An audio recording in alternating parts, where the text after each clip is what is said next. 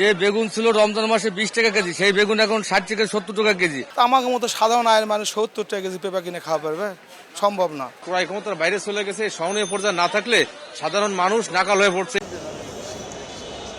তাপপ্রবাহ নেই, কিন্তু নিত্য প্রয়োজনীয় পণ্যের দামের উত্তাপে পড়ছে মানুষ।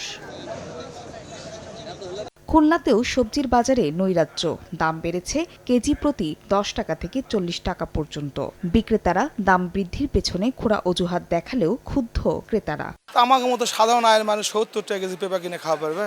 সম্ভব না। রোজার সময় বাড়ার কথা ছিল, এখন তো তার থেকে বেশি। যে বেগুন ছিল রমজান মাসে 20 টাকা কেজি, সেই বেগুন এখন 60 থেকে 70 টাকা কেজি। আমরা মধ্যবিত্ত ফ্যামিলি, আমাদের জন্য তো আসলেই কষ্টদায়ক। ক্রয় ক্ষমতার বাইরে চলে গেছে। সহনীয় পর্যায়ে না থাকলে সাধারণ মানুষ নাকাল হয়ে পড়ছে। বগুড়ায় সপ্তাহ ব্যবধানে 10 থেকে 20 টাকা পর্যন্ত বেড়েছে সবজির দাম। 40 থেকে 60 টাকায় মিলছে পটল, বেগুন, করলা। আর মরিচ কেজিতে 30 টাকা বেড়ে বিক্রি হচ্ছে 80 টাকায়। তারপরও কাঙ্ক্ষিত দাম না পাওয়ার অভিযোগ কৃষকের।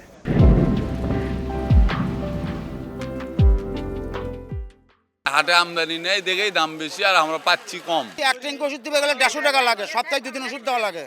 তাহলে এক বিঘা মানে 4 ট্যাঙ্ক ওষুধ লাগে। তাহলে আমাদের কৃষকের কি থাকতে পারে কম? ফল গাছে কম, এই কারণে তরি তরকারির দাম বেশি। শুধু সবজি নয়, মাছ, মাংস, ডিমের দামও ঊর্ধ্বমুখী। দিনাজপুরের হিলিতেও ডিমের ডজন ঠেকেছে 150 টাকায়। ফাহরিয়া ফারজানা, সময় সংবাদ।